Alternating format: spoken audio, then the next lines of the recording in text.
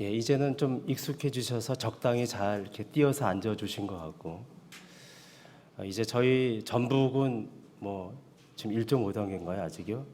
수도권은 지금 2단계, 뭐 2단계는 뭐 20% 출석률로 제한하고, 또 1.5단계 한 30%, 저희는 30% 더 못 됩니다 지금 현재.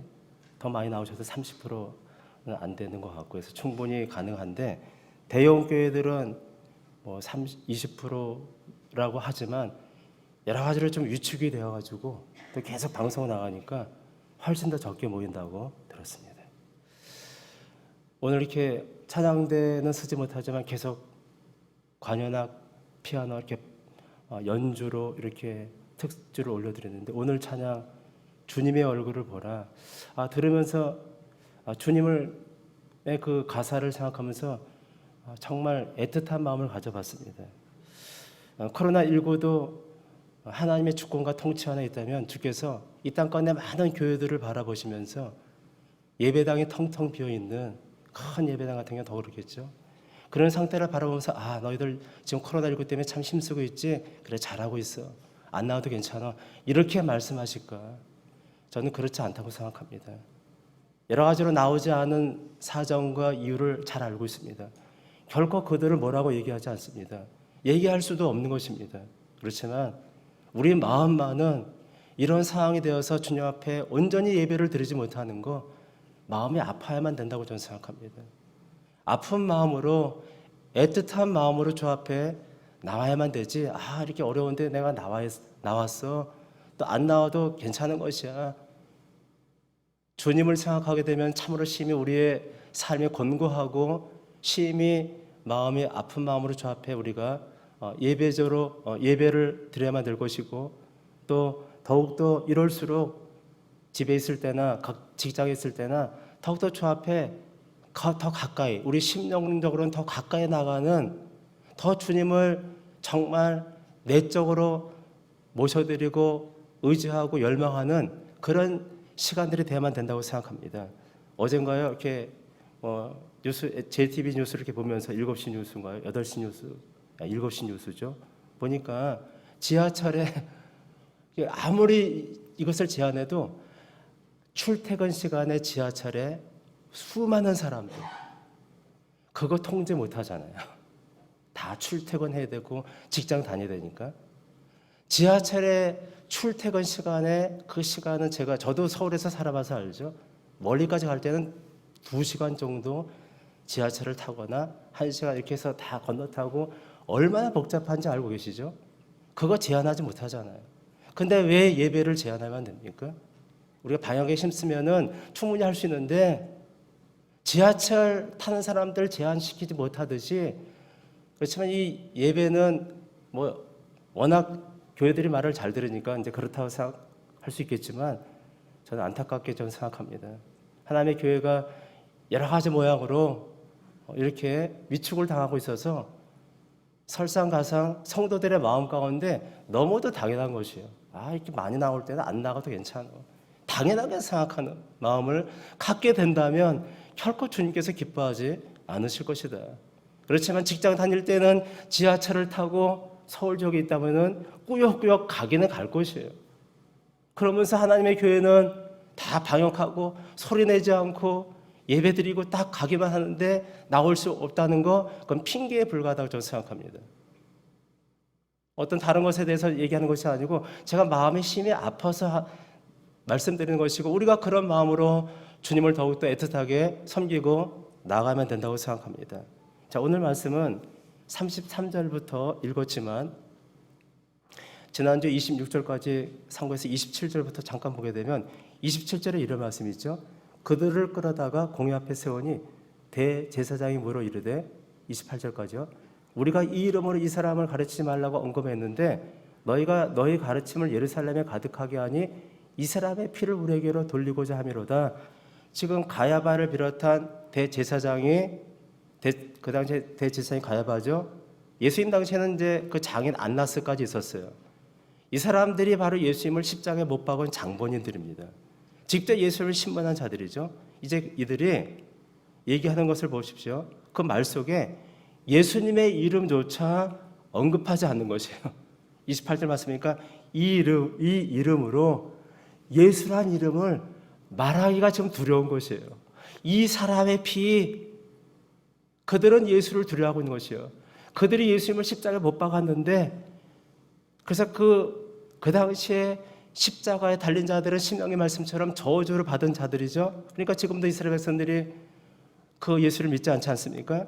그래서 그들이 이 사람의 피가 자신들의 죄값을 여겨지기를 원치 않았던 것 같아요.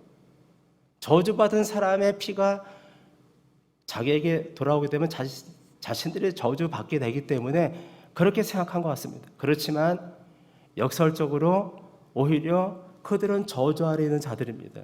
예수님께서 우리의 저주를 다 끊어내시려고 당신께서 친히 저주의 십자가에 달리시고 우리의 구속을 이루신 것이에요. 그래서 주님을 믿고 나아갈 때 우리에게 매어있던 모든 저주가 풀려지는 것인데, 그들은 거꾸로 생각하고 있는 것이에요.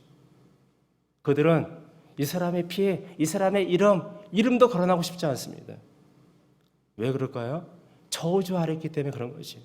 그들에게는 불안과 두려움과 공포 가운데 살아가고 있는 것이. 코로나19 걸리면 큰일 난데, 미국 봐봐 2,000명씩 죽는데. 그렇지만 코로나19가 여러분, 그것이 누구의 통제 가운데 있습니까? 하나님의 통제 가운데 있어요. 살고 죽는 것은 하나님의 주권 안에 있는 것이에요. 왜 사람들이 두려움과 공포 가운데 살고 있습니까? 하나님을 모르기 때문에 그런 것이에요. 이 지도자들의 시기심은 예수님 당시보다 더 분명해지고 있다는 것을 우리에게 말씀을 통해서 볼 수가 있습니다. 29절 말씀 보실까요? 29절 말씀 성경 펴놓으셨죠? 같이 한번 29절 말씀 합독합니다. 시작. 베드로와 사도들이 대답하여 이르되 사람보다 하나님께 순종하는 것이 마땅하니라. 참으로 단호한 선언이죠. 마땅하다는 이 단어의 의미적인 뜻을 좀 의역하면은 반드시 절대적인 운명이나 사명을 가리킬 때 쓰는 단어입니다. 반드시 순종해야만 된다. 즉 우리가 절대적인 하나님께 복음 전파에 대한 절대적인 사명을 받았는데, 그것은 반드시 우리가 해야 될 일이라는 것을 사도들이 지금 표명하고 있는 것이에요. 이 사명을 금지시킬 권세가 이 땅에는 없다는 것을 선포하고 있는 것이에요. 코로나19 때문에 예배가 제한되고 전도가 제한되고 한다 할지라도 그것 때문에 우리가 이 사명을 금지할 수가 없어야만 되는 것입니다. 누구도 이것을 금지할 수 없습니다. 그리스도를 믿는 것과 그리스도를 전파하는 일은, 그것을 금하는 권세라면 우리는 거기에 불복해야만 될 것이다. 여러분, 로마서 13장 1절에 7절까지 말씀이 아주 유명한 말씀이죠. 모든 권세는 하나님이 주신 것이야. 이 땅 가운데 모든 권세, 비록 믿지 않는 불신자, 독재자도 하나님의 악한 자를 악한 날에 적당히 쓰시려고 악한 자도 세워주시는 것이에요. 그래서 그 일들을 이뤄가십니다. 모든 권세가 하나님의 통치 안에 있습니다. 그런데 이 권세를 주실 때는 하나님의 그 사명들을 감당하라고 주신 것이지만, 그렇지만 신앙과 교회와 그 모든 것에 거역하는, 그것을 거역하게 하는, 거스리는, 하나님의 뜻을 거스리는 반하나님적인 권세가 만일에 주어진다면 그때는 목숨을 빼앗길지라도 불복해야만 된다고 성경은 오늘 우리에게 말씀하고 있는 것이에요. 그런 권세가 요구하는 명령은 거의 적그리스도적이죠. 사단의 사주를 받은 명령이기 때문에 그런 것입니다. 사도들이 이제 그 말을 하고 30절에서 32절까지 복음의 핵심을 얘기하고 자신들의 사명을 다시 한번 간략히 선포하고 나서 이제 오늘 본문의 33절 말씀 보니까 그 말을 듣고 그들이 크게 노하여 사도들을 없이 하고자 했다고 말씀하고 있습니다. 없이 하고자 한다는 것은 가야바가 예수님을 십자가에 못 박은 정치적으로 신성모독죄로 올가미를 씌워서 그렇게 하지 않습니까? 똑같이 예수님처럼 사형 판결을 내리려고 하는 것이에요. 그 당시에 사형 판결을 내리려면은 로마의 식민자이기 때문에 로마의 승인을 얻어야만 되는데, 그들은 그럴지라도 로마의 승인을 적당히 얻겠죠. 그러면서 돌로 쳐 죽일 수 있는 자신들의 법으로 그렇게 하려고 했을 거라고 저는 생각합니다. 이후에 나오는 스데반 집사가 돌로 쳐 죽임을 당하잖아요. 그래서 그렇게 지금 죽이려고 살기 등등한 것이. 그래서 크게 노했다라는 것은 그들이 이런 말을 듣고 크게 노했다고 얘기하는데, 이 말도 참 재미있는 것은 가슴이 터질 것 같은 분노라는 뜻입니다. 전날 베드로의 설교를 들은 백성들이, 여러분 바로 이것은 지금 오순절 마가의 다락방 사건 이후에 며칠 되지 않은 사건들이죠.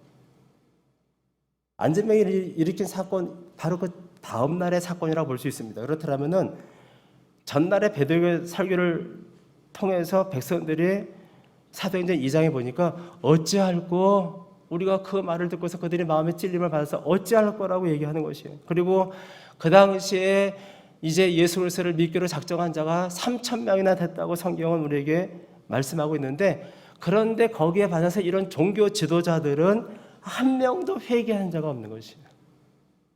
그들은 더욱더 적반하장 같이 회개는커녕 복음을 전한 사도들을 지금 없이 하려고 하고 있는 것이에요. 예수님 때도 그랬죠. 나사로를 살려주셨습니다. 나흘이 지나서 냄새가 다 나고 완전히 죽은 나사로가 살아났는데, 그 당시 악한 종교 지도자들은 그때부터 성경 말씀 보니까 예수님을 죽이려고 모의를 하는 것이에요.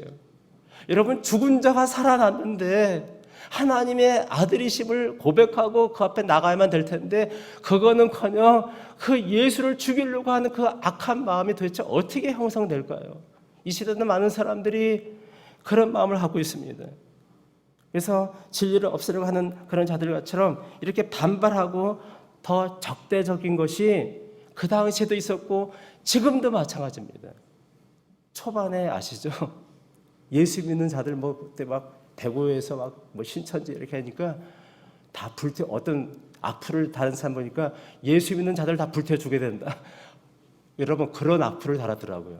세상 사람들이 때는 이때다 하고 그 여러 가지 어떤 사건과 환경에 그것을 받아가지고 때는 이때다 하고 기독교인들을 그냥 마음 가운데 그동안 엉어리진 것에 대해서 그렇게 폭발시켜버리는 것이에요. 근데 그것은 시작에 불과합니다.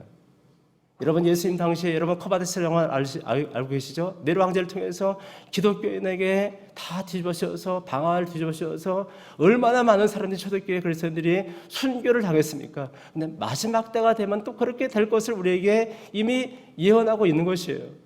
그래서 이제 앞으로 우리의 시대 가운데는 더욱더 큰 환난과 더 반발과 더 적대적인 사건들이 더 많아지게 될 것이다.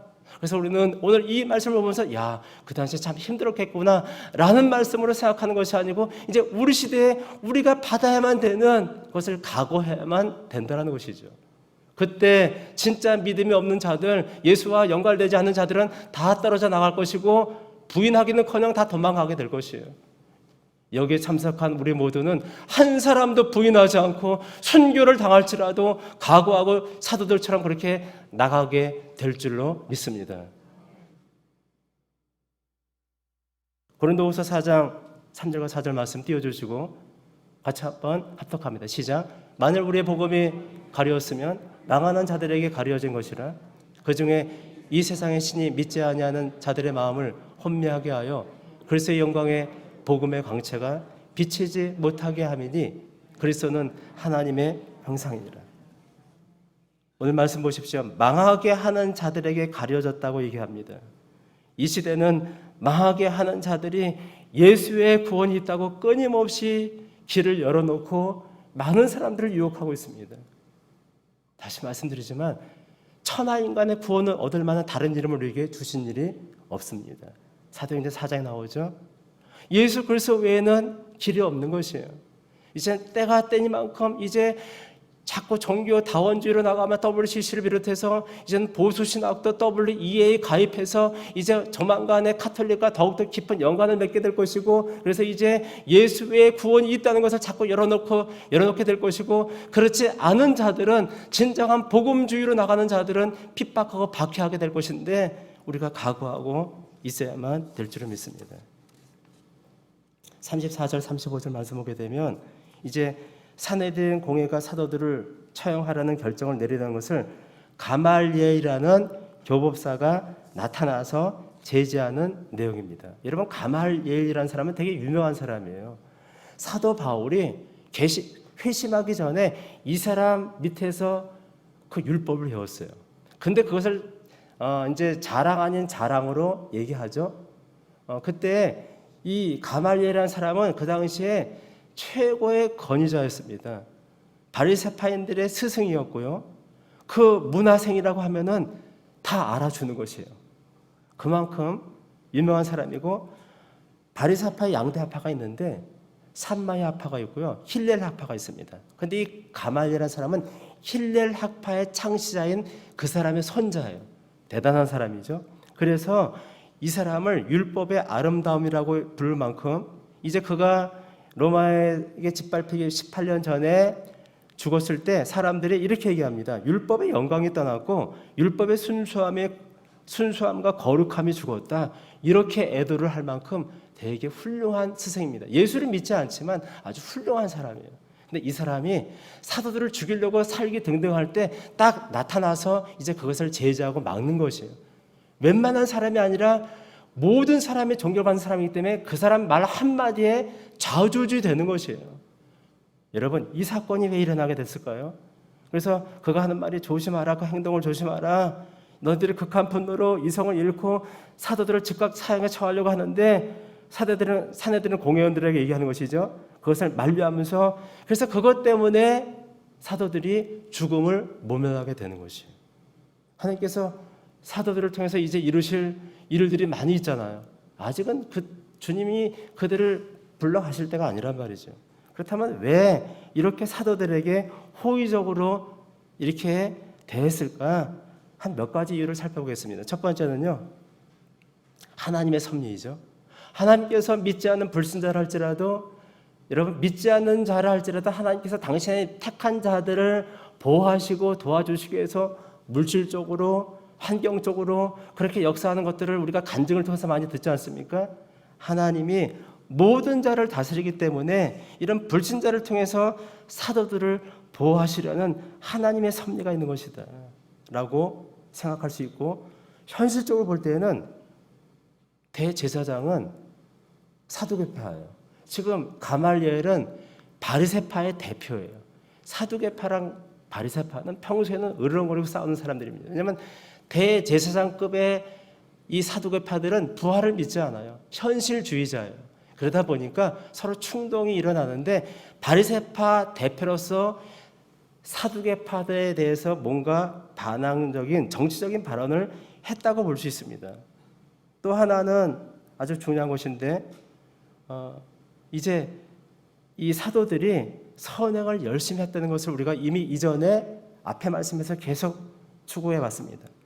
정말 실로 수많은 사람들에게 선행을 하고 모든 일반 백성들이 사도들의 여러 가지 역사와 또 기독교인들이 공동체로 서로 모든 물건을 같이 공유하면서 나눠주면서 그렇게 선행을 하니까 이것이 파다하게 소문이 좋게 퍼져서 칭찬과 존경을 받고 있었을 때, 가말리엘이라는 사람도 그런 칭찬받고 존경받는 사람인데, 딱 보니까 도덕적으로 윤리적으로 아직 예수를 믿지 않지만 가말리엘을 보니까 정말 이렇게 흠이 없는 이 사람이 정말 사도들이 너무도 칭송받고 열심히 하는 것에 대해서 너무도 감사하고, 야, 이런 사람들이라면 그렇게 나쁜 일을 할 리가 없어 라고 막아주지 않았을까.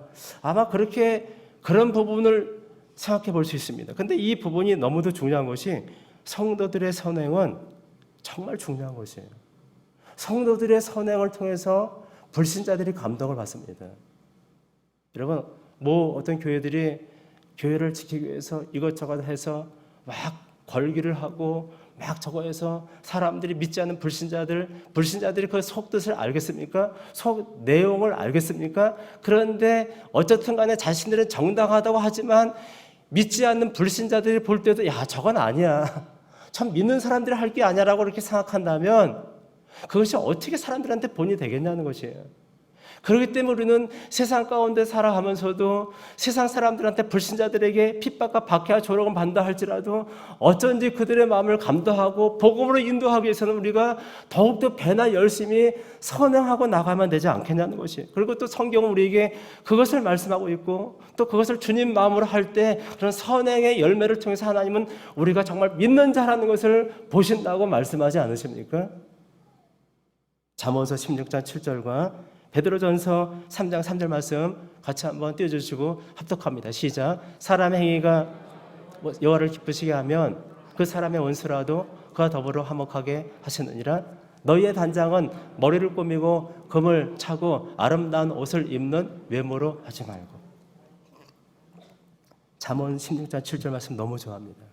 사람과의 관계가 우리 삶 가운데 너무도 힘든 것이 있어요. 내 친구, 어떤 사람 관계가 흐트러지고 힘들고 원치 않게 원수가 되고. 근데 오늘 말씀 보니까 사람의 행위가 여호와를 기쁘시게 하면 그 사람의 원수라도 더불어 화목하게 하시느니라. 여러분, 사람과의 관계 때문에 힘들고 어려운 가운데 있습니까? 그 사람을 풀어주고 그 사람과 화해하게 하는 그 가장 핵심이 뭔지 아십니까? 여호와를 기쁘시게 하는 것이에요. 우리 교우들 가운데서도 아직도 서로 화목하지 못하고 아직도 여러 가지로 마음 가운데 근심과 어떤 앙금이 쌓여서 서로 그런 상태에 있으면 절대로 주님께서 기뻐하지 않습니다. 하나님이 우리를 용서해 주셨는데 다른 사람을 용서하지 않고 긍휼을 베푸지 않으면 긍휼 없는 심판이 임한다고 말씀하고 있잖아요. 제가 개인적으로 만나서는 그런 말을 제가 적나라하게 얘기할 수 없지만 그 사람 상처받기 때문에. 그렇지만 공개적으로 우리가 말씀을 나눌 때 분명히 그 말씀을 받아들여야만 되는 것이에요. 누구와의 관계 가운데 소원함이 있습니까? 풀지 않으면 내가 죽는 것이에요. 그 사람을 용서하지 않으면, 그 사람의 용서를 선포하지 않으면 내가 죽는 것이에요. 이미 지나간 사람들, 그렇지만 주님 앞에서라도 그 사람에 대해서 내가 잘못된 감정을 가진 거, 그 사람이 설사 잘못했다 할지라도 그 사람을 주님 마음으로 용서하고 긍휼한 마음을 가져야지만이 주께서 나도 긍휼하게 도와주시는 것이에요. 이 사실을 꼭 기억하셔야만 됩니다.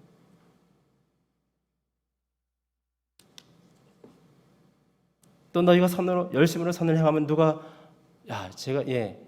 베드로전 3장 3절 말씀을 띄워달라고 했는데 보니까 저 말씀이라 제가 준비한 말씀 제가 잘못 적었는데 저 말씀이 아니고요. 베드로전서 3장 13절 말씀, 13절 말씀 거기에 읽어드릴게요. 또 너희가 열심으로 선을 행하면 누가 너희를 해하리요? 우리가 열심으로 선을 행하면은 누가 우리를 해할 수 있겠습니까? 선을 행하는 사람을 누가 조롱하고 누가 나쁘게 하겠습니까? 그래서 우리가 선행을 아무리 힘든 가운데라도 여전히 선행을 해야만 되는 것이 그나마 불신자들을 주께로 인도하는 그 틈을, 그 길을 열어놓는 중요한 역할을 한다는 것을 알아야만 될 줄 믿습니다. 자, 다시 본문에 들어와서 36절 말씀 보니까 이런 말씀이 있죠. 전에 드다가 일어나 스스로 선전함에 사람이 약 400명이나 따르더니 그가 죽임을 당함에 따르던 모든 사람들이 흩어져 없어졌고 드다와 유다라는 사람에 대해서 가말리엘이 예를 들어서 과거에 이런 사람들이 있었는데 봐봐 이렇게 다 찌그러들었어. 이제 그렇게 예를 들었는데 드다라는 사람은 자칭 메시아라고 그렇게 했던 사람인 것 같아요.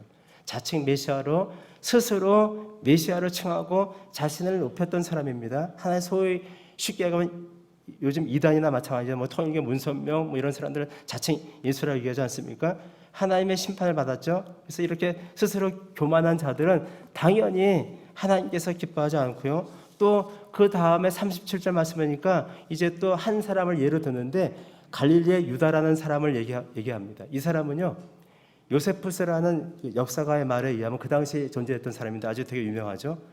주 6년경에 로마 정부가 시리아 총독을 통해서 인구조사를 할 때 반란을 일으킨 사건이 있습니다. 그때 시리아 총독인 구레뇨가 인도세를 걷기 위해서 인구조사를 실시한 도중에 유다가 이제 얘기하는 것이에요. 사람들한테, 백성들에게 야, 로마에 세금을 바치는 자는 신령한 하나님의 백성이 아니다.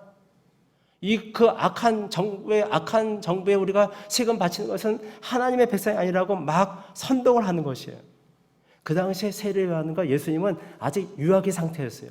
탄생하셨지만 아직은 유아기 상태였기 때문에 이스라엘을 로마에서 해방시켜줄 정치적인 메시아를 이스라엘 백성들은 계속 꿈꾸고 있었는데, 그 당시에 이렇게 갈릴리 유다라는 사람이 일어나니까 야, 저 사람이 메시아인가 보다 하고 그 사람을 많이 따라갔다가 수많은 사람들이 로마에 의해서 이제 군부에 의해서 죽임을 당한 것이에요. 너무나 어리석은 일이었다. 여러분, 예수님께서 이제 공생의 사역을 하시면서 이렇게 말씀하셨죠. 마태복음 22장 17절 말씀 가운데 악한 자들이 예수님을 함정에 몰아넣으려고, 야, 당신 생각은 어떻습니까? 세금 내는 것에 대해서 가이사에게 세를 바치는 것이 가하 아닙니까? 라고 했을 때, 바치는 것이 가하다고 하면은 바리새인들이 이 사람은 완전히 그냥 정말 하나님은 신성 모독을 하는 사람이고 그래서 확 무시하고 그렇게 할 것이고, 바치지 말라고 하면은 또 그것을 악용해서 정치적인 그런 모함을 해서 이 예수를 죽이려고 하는 그런 일들을 하려고 하는데, 예수님께서 뭐라고 말씀하셨습니까? 우리가 잘 알죠? 가이사의 것은 가이사에게, 하나님의 것은 하나님에게. 누가 그런 말을 할 줄 알았습니까? 하나님은 지혜의 근본이시잖아요. 주님이 그렇게 말씀하신 사건 알고 계시죠? 가이사의 것은 가이사에게.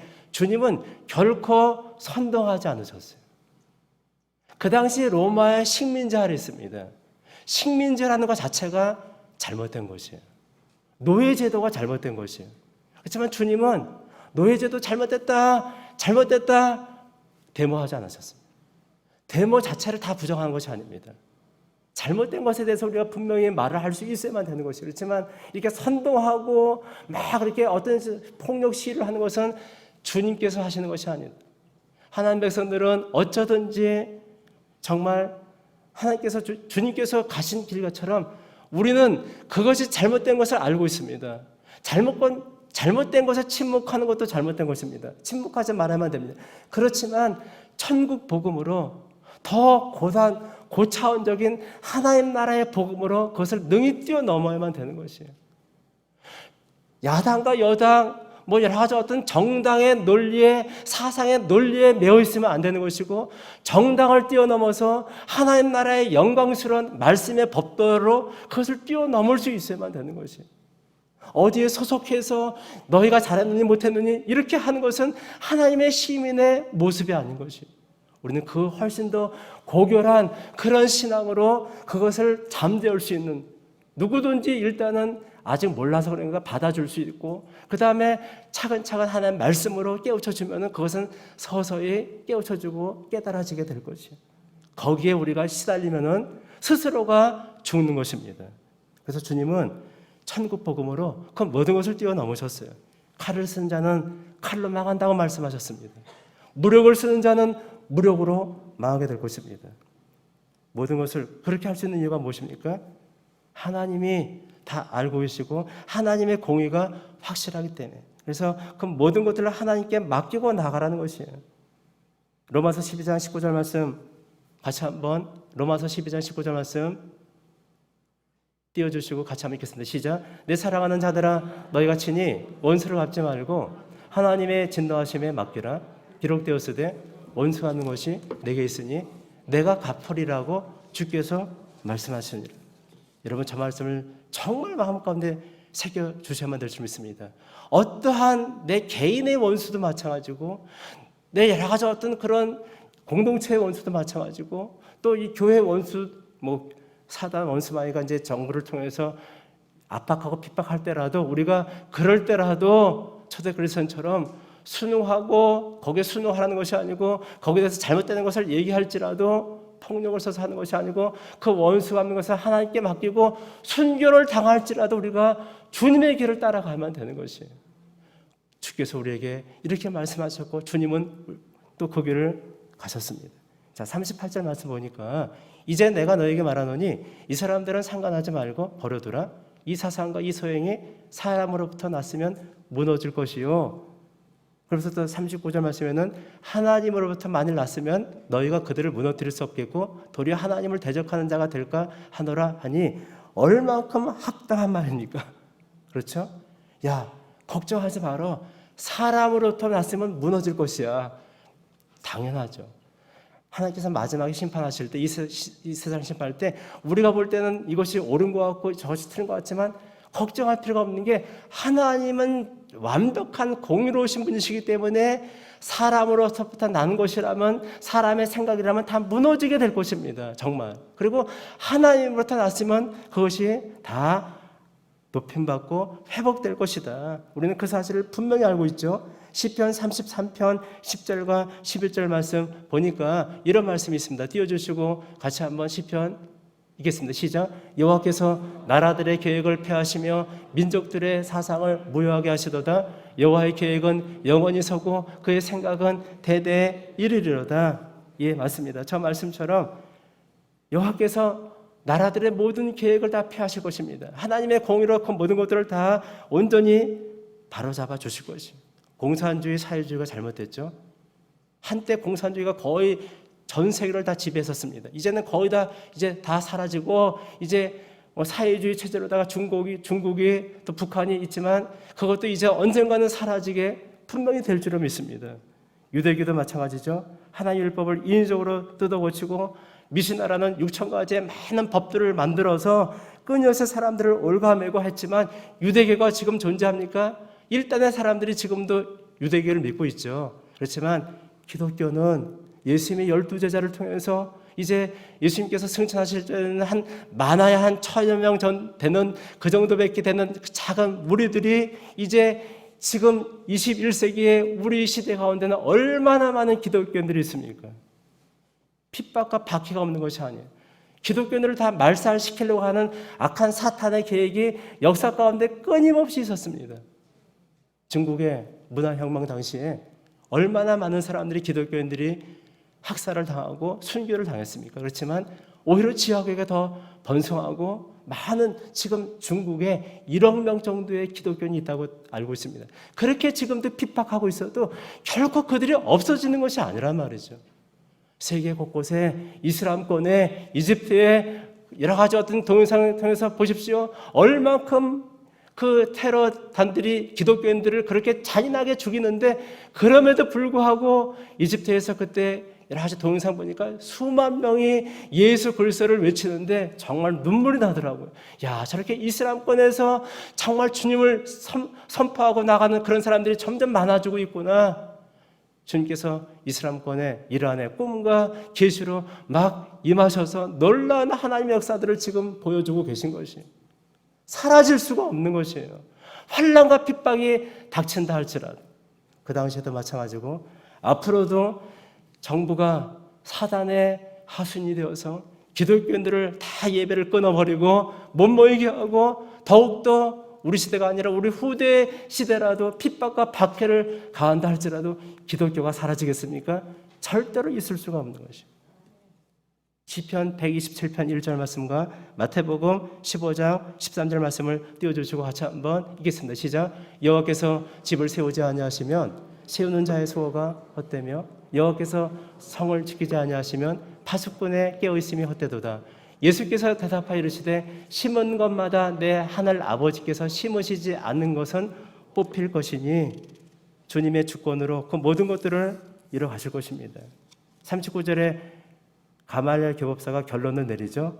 그래서 이제 교회를 무너뜨릴 수 없다는 것을 분명히 이제 그 입을 통해서 간접적으로 선포하고 있는 것이에요.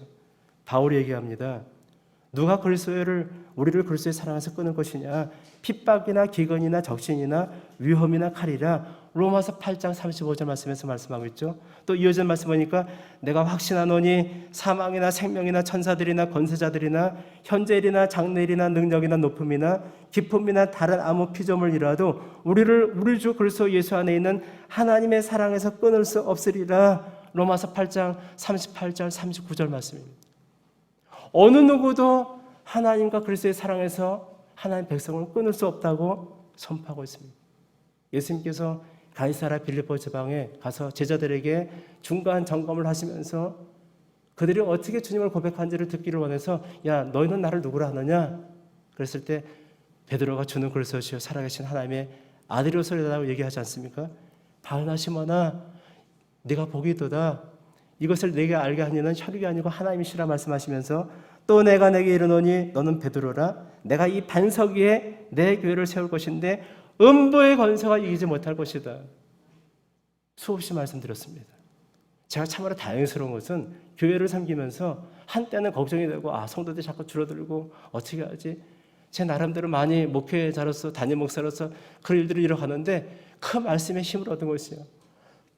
교회는 진정한 교회는 주님의 교회예요. 제 교회가 아니고 내 교회를 세운다고 말씀하셨죠. 주님 당신의 교회이고 그 다음에 음부의 권세가 이기지 못한다고 말씀하십니다. 당신께서 의로운 오른손으로 딱 붙들고 계시기 때문에 주께서 이 교회를 누구도 흔들 자가 없다고 말씀하고 계신 것이에요. 비록 우리가 여러 가지 환난과 코로나19 상황 때문에 더 극심해지면 더욱더 이것이 가중돼서 예배 자리를 사람들이 다 채우지 못한다 할지라도 그렇지만 하나님의 진정한 백성들을 그때 속아내서 이제 그들을 일으켜 주실 것이고 그들이 진정으로 주님을 집에서라도 어느 곳에서라도 주님을 경배하며 섬기면서 더욱더 주 앞에 가까이 나가는 자들이 많아지면 많아졌지 결코 교회가 없어진 것은 전 아닐 것이라고 저는 생각합니다. 마태복음 10장 28절 말씀을 같이 한번 읽겠습니다. 시작. 몸은 죽여도 영혼은 능히 죽이지 못하는 자들을 두려워하지 말고 오직 몸과 영혼을 능히 지옥에 멸하실 수 있는 이를 두려워하라. 악한 사탄 원수마귀는 우리의 몸만 죽이려고 합니다. 몸 육체만은 육체를 압박하고 두려움을 주고 야, 너 죽으면 끝이야. 네가 살기 때문에 다 존재하는 것이야. 그렇지 않습니까? 코로나19 때문에 우리가 이렇게 여러 가지 어떤 곤고하고 힘든 것들 또 먹고 사는 경제적인 문제 다 살고자 하는 거 아니겠습니까? 죽음보다 더 위급한 문제가 어딨냐는 것이에요. 세상 사탄 원수마귀는 몸만 죽이는 것이에요. 그렇지만 우리의 몸과 영혼까지 영원히 죽일 수 있는 그런 주권자가 누구라고요? 바로 하나님이신 것이에요. 우리의 영혼은 손도 대지 못한다는 것이죠. 그렇다면 우리가 누구한테 복종해야만 됩니까? 세상 권력자들에게 복종해야만 됩니까? 아니죠. 하늘아버지 몸과 영혼은 능히 지옥에 멸하시는 그 하나님 앞에 복종하고 우리 믿음을 가다듬고 주 앞에 달려가야지 우리가 이것저것에 부하내동해서 마음이 흔들리면 안 될 것입니다. 41절 말씀 보니까 우리 41절 말씀 같이 한번 합독합니다. 시작.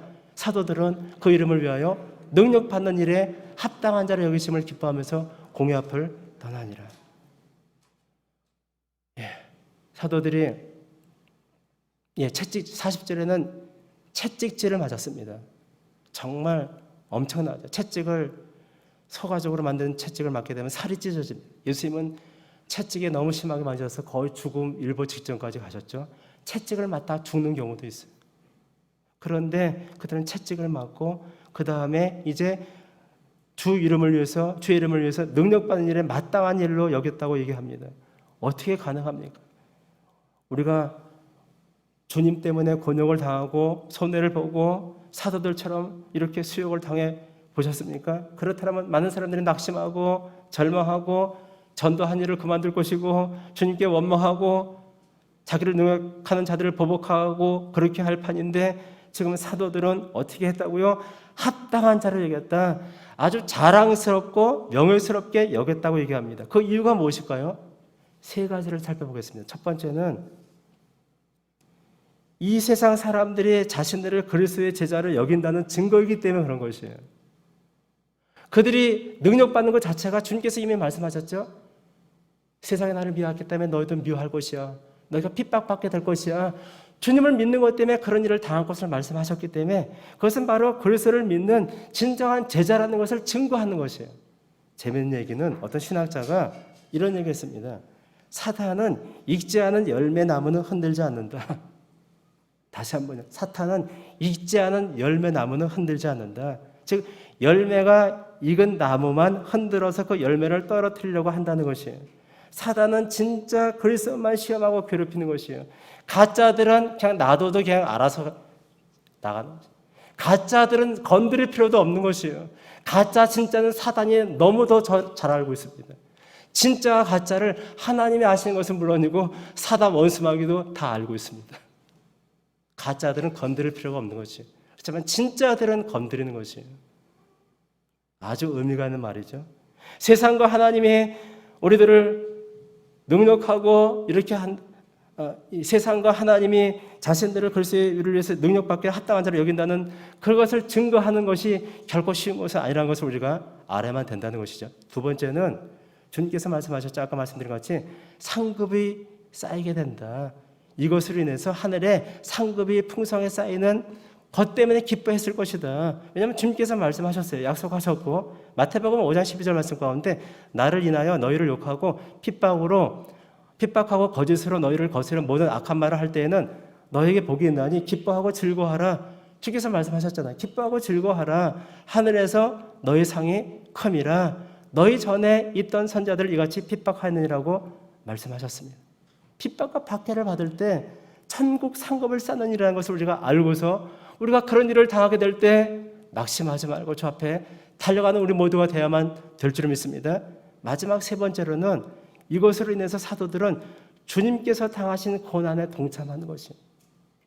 진정한 성도는 바울의 고백처럼 나의 남은 육체가 그리스도의 남은 고난에 동참한다고 고백했던 것 같이 주님께서 당하신 십자가의 고난이 아니고 그리스도의 고난에 동참하는 것은 영광에 이르는 가장 필수 코스라는 것을 우리가 알아야만 되는 것이고 주님을 따라가는 자들에게는 마땅히 그리스도의 고난에 동참하는 것을 겪어야만 된다고 우리에게 말씀하셨기 때문에 그것 때문에 기뻐했다고 말씀하고 있는 것입니다. 이제 말씀을 맺겠습니다. 42절 말씀을 보게 되면 그들이 날마다 성전에 있든지 집에 있든지 예수는 그리스도라고 가르치기와 전도하기를 그치지 아니하니라. 그들은 잡혔고 풀려났다가 다시 잡히게 되면은 그들은 분명히 곤욕을 치르고 다시 죽게 될 것이에요.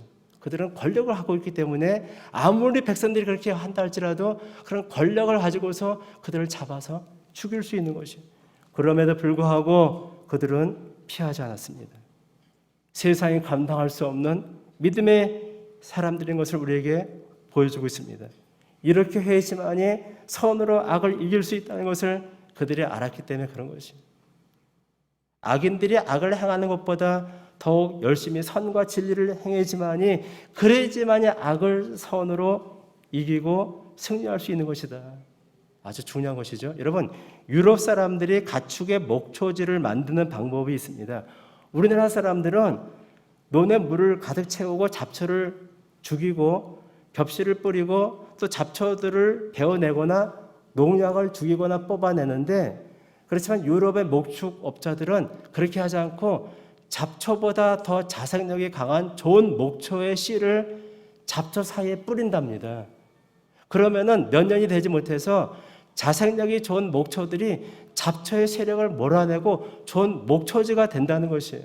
아주 중요한 아주 참으로 예화죠. 이와 같이 이 세상의 악이 참으로 넘실거린다 할지라도 폭력과 물리적인 방법으로 그런 것을 뿌리 뽑는 것이 아니고 주님께서 말씀하셨죠. 가라지 뽑지 말라. 가라지 뽑다가 알고까지 뽑힐 것이라고 말씀하셨고 그냥 심판 때까지 내버려 두라고 말씀하셨습니다. 깊은 진리가 있겠지만 그래서 우리들도 주님 말씀처럼 더욱 열심히 선을 행하고 진리를 행하면 악인들의 악행보다 성도들의 선행이 더 많아지고 하게 되면은 진정으로 악을 선으로 불의를 의로 비진리를 진리로 이기게 될 것이고 이것이 환난 가운데 있는 마지막 때 하나님 백성들이 해야 될 우리의 삶인 것을 깨닫고 오늘 이 말씀을 통해서 이제 앞날에 우리의 삶이 힘이 곤고하고 힘들다 할지라도 믿음을 저버리기보다는 사도들처럼 그런 굳건한 믿음으로 승리하는 우리 모두 되기를 주님의 이름으로 간절히 축원합니다. 기도하겠습니다. 살아계신